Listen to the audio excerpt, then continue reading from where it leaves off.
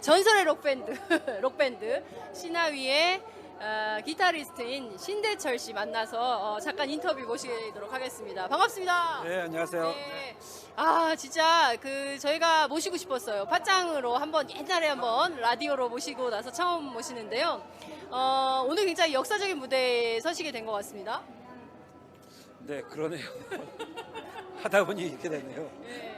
지난 12월 17일이었던가요? 페이스북에 안국역에서 보수단체들이 집회를 하는데 아름다운 강산이 웬 말이냐, 이렇게 상당히 강도 높은 비판을 하셨어요. 처음에 그거 보시고 어떤 생각이 드셨던 건가요? 아이고, 욱했죠 그냥. 욱했다. 간단해, 욱했다. 네. 네, 뭐 이제 그분들이 아마 그 노래에 대한 배경 지식이 없으셨던 것 같아요. 네. 이제 저는 그렇게만 알고 있었는데 최근에 보니까 그것도 아닌 것 같아요. 뭐죠, 우리 세월호 노래 제목이 뭐였더라? 진실은 침몰하지. 네. 그 노래를 그분들이 또 하시더라고요. 말이 안 되잖아요. 네, 말이 안 되죠. 네. 그래서 그런 문제도 있고 이거는 좀 어쨌든 좀 바로 잡고 싶었어요. 정리가 필요하다. 네네. 정리 정도. 네. 네. 그래서 이 노래가 어떤 노래였고, 이 노래 의미가 뭐고, 이 노래는 누가 불러야 되는지 이 얘기를 좀 하시고 싶으셨던 거군요. 네, 그렇죠. 예, 이게 이제 간단히 얘기하면은 그 군사 독재 정권, 네. 유신 정권에 저항해서 만든 노래인데 네. 그분들이 부른 당에 너무 코미디잖아요. 코미디죠. 좀, 네. 뭐 그런 거에 대한 어떤 뭐 일단 알고 계신 분도 계시지만은 이제 많은 분들이 모르고 계시니까 그걸 좀 알리고 싶었어요. 그러니까 대체로 요새 하도 그 보수단체들이 무슨 트럭 같은 거를 개조해서 하도 아름다운 강산을 정수라 씨 버전으로 막 틀고 다녀서 마치 그 노래가 보수단체들이 부르는 대표곡쯤으로 이렇게 알려졌는데 전혀 그게 아니다. 역사적 배경 조금만 설명을 부탁드릴게요. 그러니까 70년대 초반에 네. 그 청와대에서 네, 청와대에서. 청와대인데 아버지가 이제 청와대야. 청와대인데 네. 박정희 대통령 각하에 네. 찬양가를 좀 만들어 달라.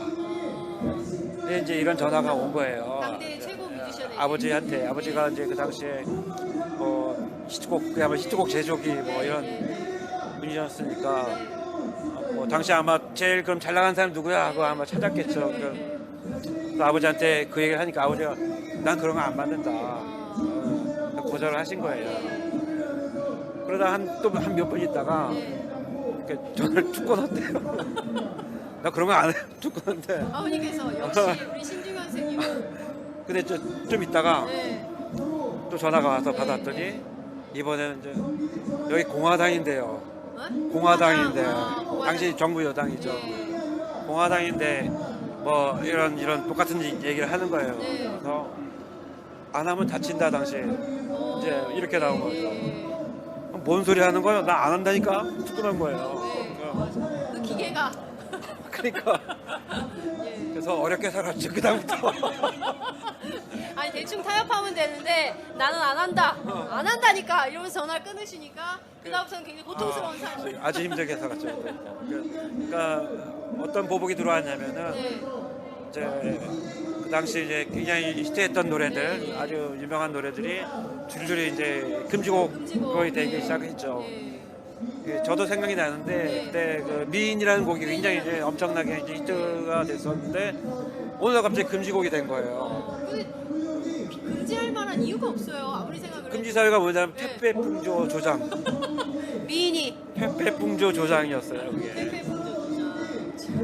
뭐 이제 그 당시에 이제 그런 분위기였죠. 그러니까 뭐 그래가지고 이제 줄줄이 이제 뭐 거짓말이야 뭐 이런 노래 김추자 씨가 했던 갑자기 금지곡 된 거예요. 그러니까 아버지가 하시는 말씀이 지들이 하도 거짓말을 많이 하니까 그래서 금지곡 했나 보다. 이제 이런 식으로 이제 보복, 뭐 일종의 보복이라고 할 수 있는 뭐 그런. 그 시대의 블랙리스트. 그렇죠. 바로 그거죠.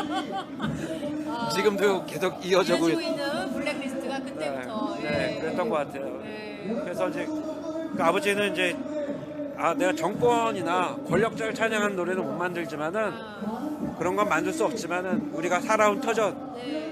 우리나라 아름다운 금수강산을 내가 찬양하는 노래를 만들겠다라고 만든 게 아름다운 강산인 거예요. 그러니까 그 유신 정권의 네. 독재 정권에 저항해서 네. 만든 음악이 아름다운 강산인데, 네. 근데 곰곰이 생각해 보면 아름다운 강산이잖아요. 네. 강산. 네. 만약에 좀 우파적인 시각으로 만들었다 그러면 네. 아름다운 조국 그렇죠. 뭐 이렇게 할 수 네, 있잖아요. 그렇죠. 아름다운 조국. 뭐, 네. 뭐 아름다운 대한민국 뭐 할 수 있잖아요. 네. 근데 강산이에요. 그러니까 강산은 당신들이 있기 훨씬 전부터 존재했던 거다. 네. 그 아름다운 강산, 우리 거기에 쭉 살아왔었고. 네. 근데 뭐 당신 뭐 권력이 만들어준 거 아니지 않느냐. 네. 그래서 그렇게 해서 만들어진 곡이죠. 그러니까 당시 사실 그 시대 정신을 대중가요가 상당히 많이 반영하는 직접적으로 못하니까 이제 상당히 이제 고도의 이제 은유가 이제 네. 들어가 있어요. 네. 뭐 하여간 그런데 이제 박사모가 이제 그 노래를 막 함부로 불러 제끼니까 이건 도저히 그건 아니다. 저는 용납이 안 되더라고요. 네. 그래서 예, 그렇게 됐죠. 네. 그 사실 그 이선희 씨 버전으로 이 노래가 막 울려 퍼질 때 사람들이 참 아름다운 노래가 또 한 번 저렇게 이념적으로 또 탈각되는구나. 저런 건 안 된다. 그러니까 사실 이게 신대철 씨가 딱 나서니까 이게 또 교정되는 측면이 있어요. 박사모가 안 부르겠다. 네, 안 부르신다고. 네, 안 부르신다고 그러시더라고요. 그래서 요즘 노래를 바꾸셨어요. 그래가지고 대한민국. 아, 대한민국. 네. 선곡을 이번에 잘하신 것 같아요. 이번에 성공을 잘했다. 계속 그런 버전으로 가라. 사실 이 집회에, 촛불 집회에 굉장히 많은 뮤지션들이 스스로 그 일종의 자봉, 이제 일종의 재능 기부를 많이 하고 계시는데요. 이번에도 새롭게 편곡을 해서 아름다운 강산을 전인권 씨가 부르는 것으로 만들었습니다. 이 노래 직접 작곡을 하셨나요? 네. 편곡. 편곡을 했고요. 이번에는 특별히 이제 국악기랑 협연을 해요. 국악과 협연을. 네, 그래서 왜냐하면은 네. 이게 말 그대로 강산이니까 네. 억거의 세월로부터 물려받은 우리 자연이니까 네. 그걸 표현한 노래잖아요. 네. 그러니까 그렇다면은 우리 전통적으로 있었던 우리의 가락 이거 섞어보자. 네. 그리고 아름다운 강산 잘 들어보시면은 굉장히 한국적인 선율이에요. 네. 아주 한국적인 선율이고 국악기랑 같이 붙여서 이렇게 연주해 보니 너무 잘 붙는 거예요. 그래서 하면서 저도 막 놀라면서 이렇게 다시 태어난 노래에 대해서 아버님 뭐라고 하시나요? 뭐 나중에 검사 받아야죠. 혼나는 거 아닙니까? 그럴지도 모르지. 아니 놈이 말. 뭐 저 소신껏 예. 제가 그러니까 뭐 음악이라는 게 예. 뭐 작품자가 있지만은 또 그 음악을 새롭게 해석해내는 것도 또 음악가의 몫이거든요. 그래서 뭐 그거는 정말 어떤 그 사람만이 가지고 있던 뭐 정체성을 이제 표현하는 거니까 그렇다고 본질은 바뀌지 않잖아요. 네, 그래서 뭐 그런 작업을 한 거죠 이번에. 그 많은 분들이 제가 하겠습니다 이랬을 수도 있었을 텐데 전인권 씨하고 함께 작업을 해야겠다고 생각하신 이유가 있을까요?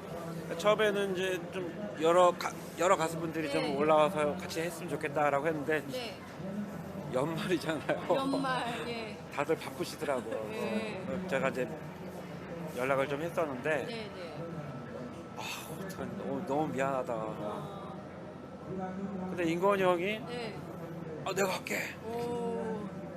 아마 그 스케줄이 없으시니까. 아주 전 너무 감사하죠.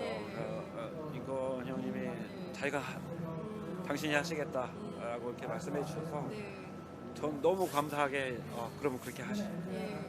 예. 그렇게 해서. 아니 근데 저는 솔직히 말하면은 저는 굉장히 그 어떤 깜짝 놀랄 만한 그 데스타와 함께 이 노래가 나올 거다 이렇게 해서 저는 누굴까 이렇게 고민을 많이 했는데 전인권 선생님 딱 결정이 됐다고 하니까 저는 한편으로는 되게 그래, 아니요. 아니요. 너무 잘 맞는다. 그러니까 그 70년대 그 노래를 그 젊은 뮤지션들이 소화하기보다는 그래도 그 전인권 정도의 레벨이 되는 가수라야 그 맛을 제대로 구현할 수 있을 것 같다. 이런 생각이 들었어요. 네, 맞아요. 저 이렇게 같이 그 연습하면서 제가 막 전율을 느껴가지고 너무 너무 훌륭한 탁월한 선택이었다. 그런 생각을 하고 있어요. 아니, 제가 젊은 뮤지션들을 폄훼하는 것은 아닌데 약간의 그런 정서적인 이런 게 좀 있었다 이런. 맞아요. 그 노래를 한 40년 부른 분이 해야 좀 이렇게 맛을 좀 드는. 그러니까 정말 너무 기대되는 무대입니다. 오늘 몇 곡 하시나요? 한 곡. 한국이요? 미인 안 하세요? 미인은 중간에 잠깐 삽입해서. 그렇군요. 그러니까 왜 미인을 했냐면은, 그러니까 이게 이제 이 아름다운 강산 하게 된 게 이제 그 일종의 옛날에 그 있었던 금지곡 퍼레이드가 이제 그 중요 모티브가 됐으니까 그 중에서도 이제 대표적인 곡이 미인이라고 생각을 하거든요. 그래서 그런 의미에서 이제 잠깐 미인을 이제 안에다 잠깐 삽입했는데, 그리고 또 이제 아름다운 강산 다시 또 넘어가요. 뭐 나중에 들어보시면 그러니까 오늘 한 20분 정도 연주 한 곡을 가지고 한국 20분짜리 대곡이네요. 그렇죠. 대곡으로 이렇게 하게 됐습니다. 뭐 다른 곡을 하기 위해서 올라온 게 아니기 때문에 저는 아름다운 강산 한 곡만 제대로 하면 된다라고 생각해서 했습니다. 오늘 정말 기대되는 무대인데요. 제가 이제 앞서 유신 시대에 아버님께서 블랙리스트였다면 이 시대에 당연히 신대철 씨가 블랙리스트에 껴야 되는 거 아닙니까? 안 꼈어요. 어떻게 생각하세요? 굉장히 기분이 나빴어요. 좀 자괴감을 느꼈고. 내가 이러려고 뮤지션이 됐나? 근데 저기 아마 더 있지 않을까. 안 나온 게 더 있지 않을까. 아직 공개 안 된. 그렇군요. 그래서 좀 기다려보자. 더 나올 거다. 아직 좀 그러니까 아주 일부분만 나온 거다 이렇게 보시나 말씀 주셨습니다. 자, 끝으로 이 촛불 집회 10차째 이어지고 있습니다. 이 추위에 수많은 국민들이 촛불을 들고 박근혜 정권의 퇴진, 박근혜 대통령 퇴진을 요구하고 있는 건데요. 지금 버티고 있지만 조만간 무너진다 이렇게 봅니다. 뮤지션으로서, 음악가로서 사실 뭐 이게 무슨 표현의 자유 측면에서는 음악가를 이렇게 정치적으로 묶어놓는다는 건 정말 상상도 할 수 없는 진짜 촌스러운 행동이다 이런 생각이 좀 드는데, 이 시대를 좀 보내는 오늘 마지막 날입니다. 새로운 시대에는 좀 어떤 음악가들이 좀 어떤 세상에서 어떤 연주를 하면서 살아야 된다고 생각하시는지 한 말씀 부탁드릴게요. 저는 뭐 사실 지금의 이런 시국 상황에서 좀 다른 얘기인데, 지금 이렇게 평화로운 촛불 집회가 지금 진행이 되고 있잖아요. 세계에서 유례를 찾을 수 없는. 근데 또 개인적으로 저는 박원순 시장님에게 굉장히 감사드려요. 아마 다른 뭐 여당 쪽 소속 시장이었으면은 아마 이렇게 되지 않았을 거예요. 아마 물대포 쏘고 뭐 산성 쌓고 막 그랬을 거예요. 아마. 근데 박원순 시장님이 굉장히 이렇게 정말 너그럽게 정의의 편에 서서 이렇게 너무 감사드리고, 그리고 이제 음악뿐만 아니라 모든 예술이 무한한 자유를 누려야 된다고 저는 생각해요. 무한한 자유를 누려야 된다고 생각하고, 그거를 사람들이 뭐 선택을 하든 안 하든 이거는 그 어떤 작품을 즐기는 대중들이 선택할 몫이고, 그 정말로 예술가들한테는 그 자유가 주어져야 된다라고 생각하고, 뭐 그림 좀 자기들 마음에 안 든다고 뭐 그 말이 됩니까 그게? 그러니까 그 단 걸 너무 좋아하는 것 같아요. 일찍 죽으려고. 아무튼 좀 정의로운 사회가 됐으면 좋겠고요. 그리고 내년에는 정말 새로운 정부가 들어서서 보통의 정부. 아, 새로운 거 바라시다가 보통. 보통의 정부. 그러니까 지금 너무 특별한 정부잖아요. 그러니까 보통의 정부. 그러니까 모든 사람들이 다 뭐 생각해도 뭐 아주 보편적인 정부 있잖아요. 뭐 그런 정부가 들어서길 바라고요. 우선 그게 우선인 것 같아요. 정말 의미 있는 말씀 해주신 것 같습니다. 지금 너무 특별한 정부에서 우리가 살고 있는데 보편적인 정부, 우리 많이 바라지 않는다. 예술가들이 좀 자유롭게 창작의 활동을 하고 이 예술가로서 사는 게 버겁지 않은 삶, 예술가로서 예술만 해도 먹고 살 수 있는 나라, 정말 예술가들이 택배기사 안 해도 되고 그런 나라 됐으면 좋겠다. 그런 얘기 제가 많이 들었는데요. 오늘 굉장히 특별한 인터뷰를 한 것 같습니다. 촛불 집회 아니더라도 종종 저희 팟짱에 출연해 주셔서 많은 음악인들하고 함께 공유가 많은 그런 방송이 됐으면 좋겠습니다. 제가 이렇게 다음 인터뷰를 예약을 하면서 끝으로 이제 신년인데요. 신년 인사 한번 부탁드릴게요. 올해 너무나 많은 좌절감을 느꼈고 또 뭐 저뿐만 아니라 우리 모든 시민들이 많은 시민들이 정말 실망과 배신과 어떤 그런 상상도 못했던 일이 벌어졌잖아요. 새해에는 정말 보통의 보통의 삶을 살 수 있는 그렇게 되길 바라고요. 오늘 공연에서 이제 아름다운 강사는 하지만은 정말 여러분들이 느끼셨던 어떤 좌절감을 조금이라도 정말 이렇게 뭐랄까 좀 희망과 어떤 이런 좀 뭐라 그러죠 좀 위로가 됐으면 좋겠다라는 생각을 합니다. 네. 새해도 힘내세요. 복 많이 받으십시오. 네, 고맙습니다. 네, 음악가 신대철 씨 만나봤습니다. 감사합니다. 2016 마지막 날 이렇게 나오셨습니다. 나오시니까 어떠세요? 매주 나오십니까? 매주 나오셨습니까? 네, 쪽수 채워야 되니까 민주시민으로서의 의무감, 책무감이 있어 나오는데 네. 정말 감격스럽죠. 쭉 보시면서 어떠셨어요, 진짜? 10번째 촛불 집회인데.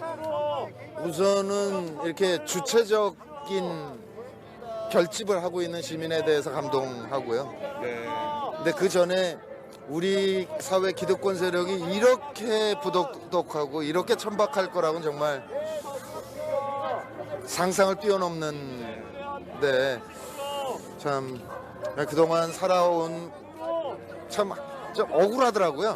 그러니까 남북 관계를 어떻게 개선해야 되나 정권 교체하면 너무 이거는 우아했어요. 열심히 공부하고 분석하고 그랬는데 네, 설마 그 정도 될 줄이야. 나 이렇게 했을 줄 몰랐죠. 그러니까 지금 생각해보면 저는 민주정부 10년간도 이른바 박근혜 권력에 대해서는 성역화돼 있었던 거예요. 그러니까 박정희 전 대통령의 후광 때문에 그분이 어떤 분인지 묻고 따지지도 않고 그 양반은 그냥 이렇게 공주처럼 살게 우리가 냅뒀던 것이 결국 오늘 같은 이런 너무 창피하지 않습니까? 그러니까. 네, 박정희 대통령에 대해서 다시 한 번들 생각해 보셨으면 좋겠어요. 그러니까 최태민하고 박근혜 사이에 굉장히 심각한 관계라는 거를 알고 있었잖아요.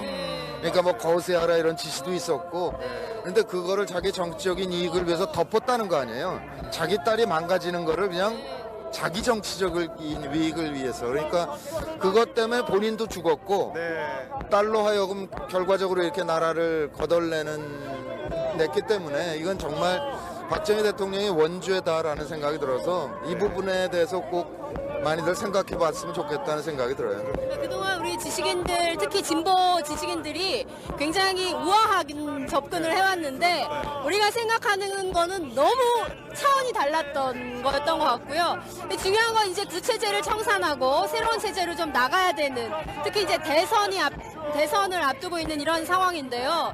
결국에는 시민혁명 아니겠습니까?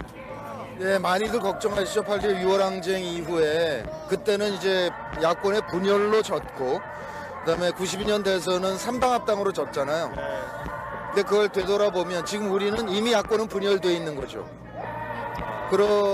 거기다가 이제 새로운 3당 합당 움직임이 또 있잖아요. 대원을 고리로 해서. 그러니까 이 부분에 대해서 우리 시민들이 냉철하게 봐야 된다. 그러니까 일단 재통합을 요구하되 1차적으로는 안 할 가능성이 매우 높으니까 그렇게 될 경우는 유권자가 강제로 단일화를 시키는 수밖에 없는 거 아니겠습니까? 그러다 신은 3당 합당 경우는 보고 있어야죠. 그러니까 친박이 됐든 친이가 됐든 다 공범들인데 그들과 연합해서 간다는 건 정권 연장인 거기 때문에 시민이 눈을 똑바로 뜨고 지켜봐야 될 거라는 생각이 듭니다. 결국에는 유권자 단일화 운동. 그렇죠. 유권자가 후보를 단일화시키는 운동을 강제로 해야 된다. 해야 된다는 예, 그런 또 말씀. 하나는 사실은 우리가 6월 항쟁 후에 이 부정선거에 대해서 굉장히 무감해졌는데 민주정부 10년 동안에 지난 대선에 굉장히 의문점이 많았었잖아요. 그래서 이거를 시민들이 직접 나서서 투개표 부정을 원천 봉쇄해야 되지 않겠나라는 생각이 들고요.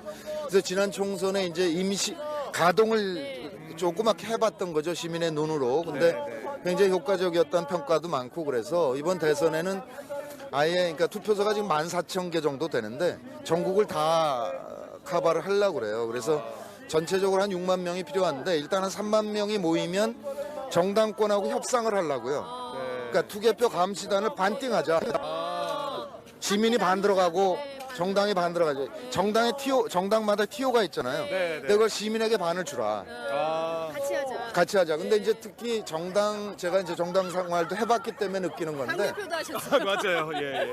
이 당세가 약한 지역 있잖아요. 네. 강원이나 경북, TK 지역 이쪽은 솔직히 감시단을 못 메꿉니다 우리가. 근데 이걸 중앙당에 보고를 안 해요. 왜 하냐면 쪽팔리니까. 내가 지역 당세가 약하고 내가 지역위원장을 잘 못한다는 고백이 되잖아요. 안 알려요. 근데 못 들어가요. 그러면 안 되는데 진짜. 그러니까 그런 점이 하나 있고 또 하나는 오랫동안 해오셨기 때문에 출구조사 듣고 우리가 불리하다 그러면 이러고 다 새누리랑 감시원하고 다 친구잖아요. 동네 친구. 야 니네 졌어 그냥 술 한잔 내가 살게 이러고 나가요. 빠지는 거구나. 그러면 안 되죠. 투개표 감시가 무너지는 경우가 많아요. 그래서 우리 그러니까 시민이 나서서 철저하게 서로 정당하고 같이 교육을 하고 훈련하고 해서 그냥 목숨 걸고 지켜라. 그러니까 투표소 수개표가 되면 좋겠는데 그게 안 된다면 투표소에서 개표소 갈 때 그러니까 아예 그냥 철통 방어를 해라. 부재자 투표함도 24시간 지키고 그다음에 뭐 분류기에서 나온 거 100장 묶음으로 나올 거 아니에요. 그걸 이렇게 뚜루룩 봤는데 이러지 말고 3장 하나씩. 그러니까 이를테면 우리 표는 꼼꼼하고 깐깐하게 그렇죠. 감시하자. 그러니까 지난번 경우에 문재인 후보 경우에 101장을 100장이라고 하고 박근혜는 99표를 100장이라고 하면 합계는 같고 아무도 모르거든요. 이게 세지 않으면 확인할 수가 없기 때문에 그 어떤 선거 때보다 자원봉사자 하는 시민들의 힘 이게 굉장히 중요할 거예요. 시민의 날개에 많은 분들이 함께 참여해 주셔야 될 것 같다. 이런 내년 말씀. 대선도 시민들이 견인해야 되겠다 생각이 이제 드네요. 얼마 안 남았어요. 그러니까 얼마 안 준비해서 남았어요. 탄핵 시계가 빨라지고 있기 때문에 네. 헌법재판소에서 그래서 많은 시민들께서 시민의 날개 함께 해주십사 부탁드리고요. 많은 분들이 지금 서명도 하고 계시네요. 예, 그러니까 서명이 아니고 회원가입을 회원 하시는 가입. 거죠. 회원가입을 하고 계세요. 이렇게 10차까지 시민들이 매주 쉬지 않고 촛불을 드는 이 광경을 우리 문익환 목사님께서 하늘에서 보신다면 무슨 말씀하실까요?